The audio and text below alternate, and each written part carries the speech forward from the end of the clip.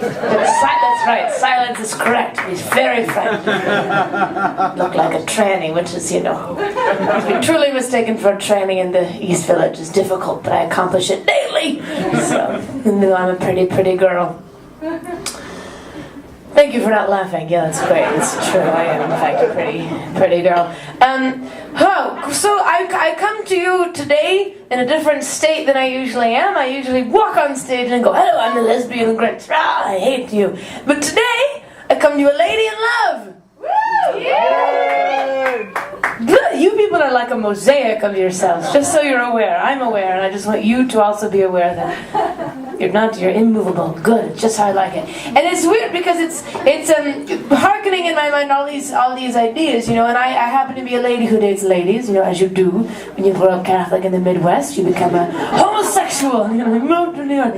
And and so it's very bizarre. And something that annoys me is I'm supposed to have to march for the right to get married. I don't agree with that. I think I don't have to march. Or is it kind of walking to walk?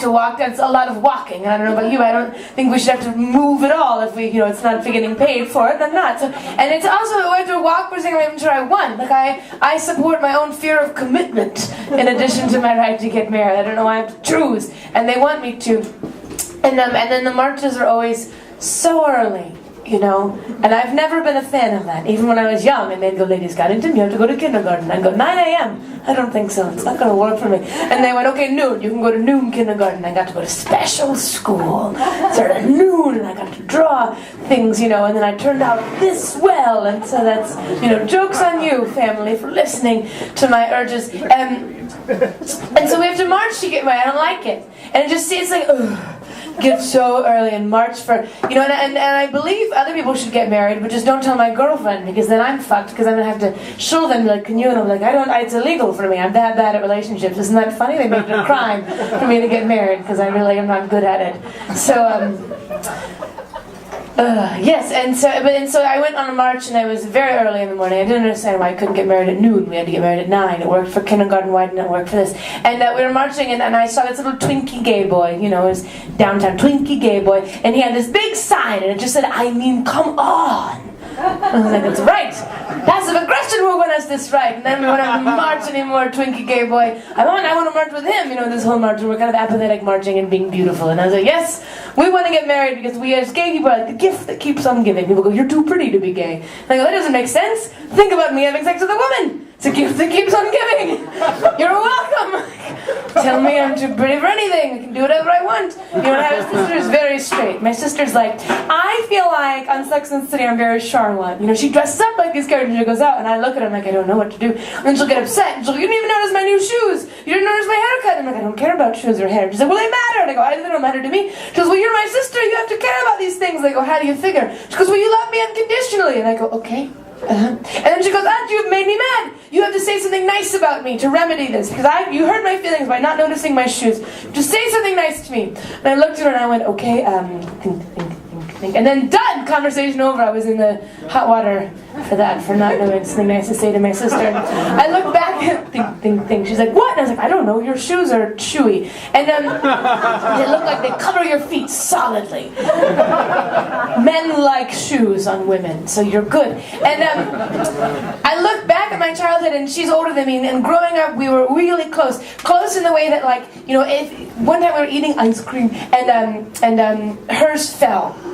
Oh, I know, it's sad. I'm a lover of ice cream. I had Nutella gelato today, just so you know a little bit about me. And hers fell on the ground, and I was so upset. I looked at my ice cream cone, and I held it out and just put it on the ground right next to hers, because then we were miserable together, and then I wasn't allowed to have ice cream cones for 2 years, and she did and flaunted it. So I think that's how older siblings work. And we used to play a game called, I don't know what it was called. I think it was called See If We Can Damage Scout, but try to do that. And I'd sit on her feet, and she'd lay on her back, and she'd shoot her feet forward. I'd go flying through the air and land on my feet, and I would have flown a bit of a distance.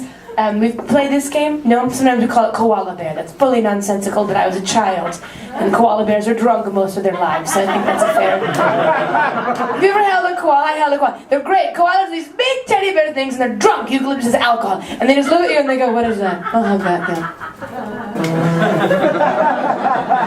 And then you look at the next person, they go, I'm supposed to go over there? That's good, come here. 7-inch talons, and you're like, wow. And so you're playing koala bear. Lord knows what we call that. I actually know why, but it's a long story. And so she shot me through the air, and I was like, whoa! And I completely lost it, and my feet kicked out, and I went, poof. And we all know when you land on your tailbone, you get the wind knocked out of you. Now we know that because we are above the age of 8. I, under the age of 8, did not know that. But since my older sister was planning on being a doctor, she knew something I did not, which was that when you lose breath, you are choking. And when someone is choking, you give them the Heimlich maneuver. So I am on the ground with no wind to be got. I can't. I'm like, just like absolutely just distraught. And my older sister, who's just koala beared me into, befoozlement, just looks at me and she's like, I know what to do. I'm the older sister. And she came up behind me and wrapped her arms around me and just started 8-year-old humping me. And as if to give me the hand. I was like, get it, air back in the scalp. And I just hurt more than I'd ever been hurt in my entire life. And all I could think of was how lucky I was to have a sister who loved me enough to almost kill me after possibly cracking my sacrum. Yeah, and now of course she can get married and I can't. So I have two goals in this relationship with my new lady. One is to get married before it's legal, because I'll be damned if anybody can tell me who I can. I'll just fill out the paperwork and go, it's legal. I'll go, no it's not. And I'll go, yes it is. It's magic, it is. And of course before my sister does, because it matters to her, and so I hope to continue to beat her later in life. So love you all. Thank you. I'll see you a bit later tonight.